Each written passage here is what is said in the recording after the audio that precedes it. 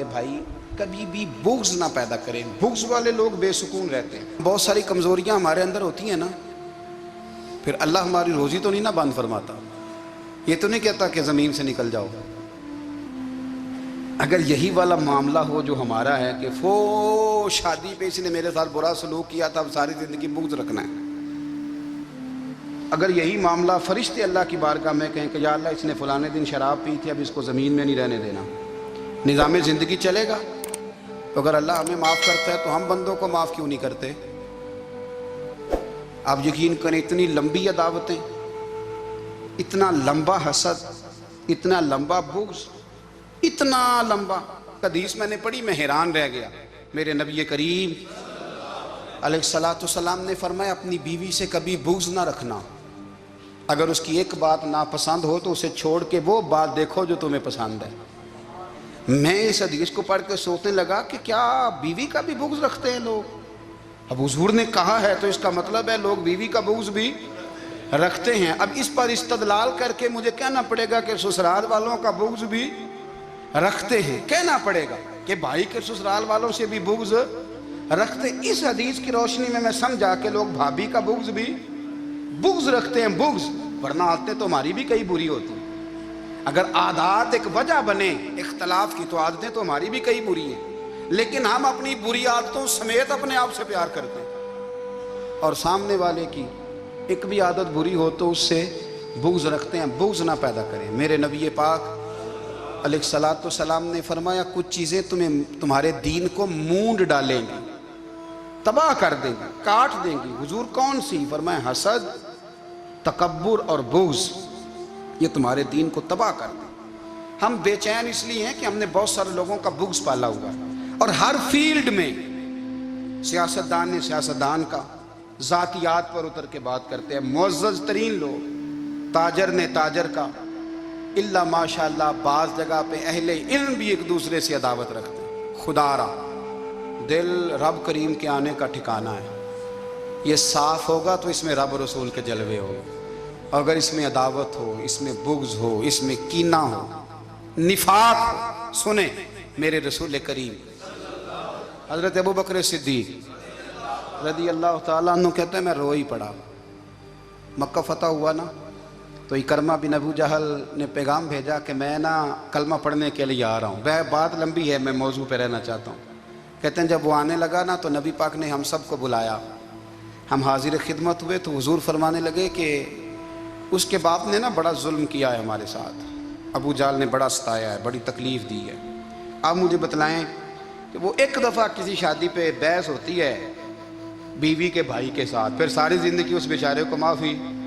وہ 10 دفعہ گھر آتا ہے معافی مانگنے پر سوال ہی نہیں پیدا ہوتا میں ہو مجھے ہی کہہ دیا، یعنی پھر مجھے ہی کہہ دیا آپ نے، اور میری شان میں بے ادبی، اور پھر میں معاف کر دوں. توبہ توبہ توبہ، یہ کیسے ہو سکتا ہے؟ میری ناک نیچی ہو جائے گی، اور آپ نے مجھے کہہ دیا، سوال ہی نہیں پیدا ہوتا. اور یہ رونا میں اکثر ہوتا ہوں کہ شادی والے دن داماد صاحب کا زیادہ دماغ خراب ہوتا ہے. جب چھوٹی سالی کی شادی ہوتی ہے نا اس دن اس کو بخار چڑھتا ہے، کوئی اس کو کان میں کہتا ہے تیری عزت نہیں کر دے گا.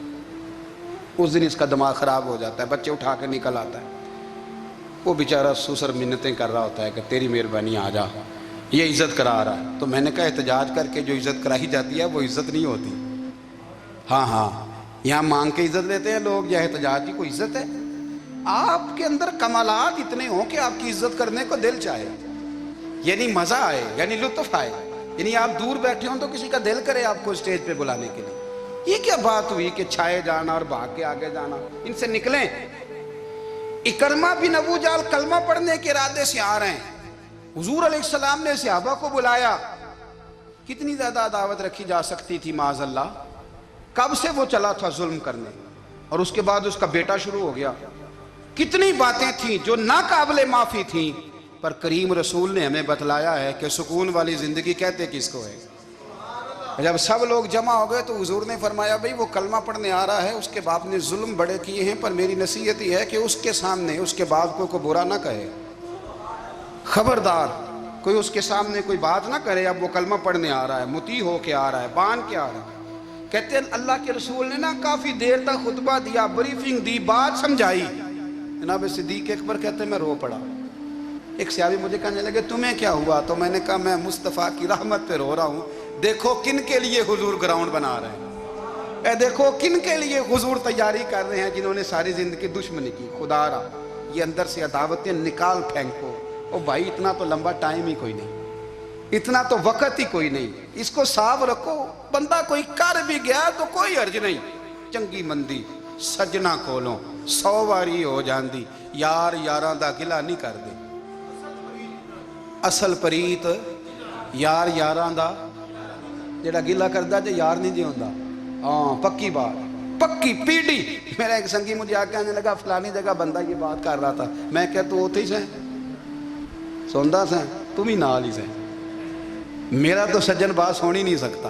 چنگی مندی سجنا کولوں 100 واری ہو جاندی، یار یاراں دا گلا نہیں کر دے. اصل پریت جنہ دی. ہاں جو بندے پھر ہوتے اس طرح کے ان کے لیے بھی میاں صاحب نے کہا ہے، ان کے لیے بھی میاں صاحب نے کہا ہے، ان کے لیے بھی آپ نے بات ارشاد فرمائی ہے. آپ نے فرمایا چنگا ہویا لڑ نیڑیوں چھٹا کتے عمر نہیں لنگی ساری. بے قدران دی یاری کولوں توبہ لکھ لکھ باری. او چنگا ہویا لڑ نیڑیوں چھٹا کتے عمر نہیں لنگی ساری. جو اس طرح کا تھا نا شکوے کرنے والا، بغض رکھنے والا. فرمایا بے قدران دی یاری کولوں توبہ، یعنی لاکھ تے لاکھ کنے ہو گئے، یعنی 2 لاکھ باری توبہ کی تھی انہوں نے، گنی نہیں جا سکتی جتنی میاں صاحب نے توبہ کر دی. بے قدرے دوست، بے قدران دی یاری کولوں توبہ لکھ لکھ باری. چنگا ہویا لڑ نیڑیوں چھٹا کتے عمر نہیں لنگی ساری.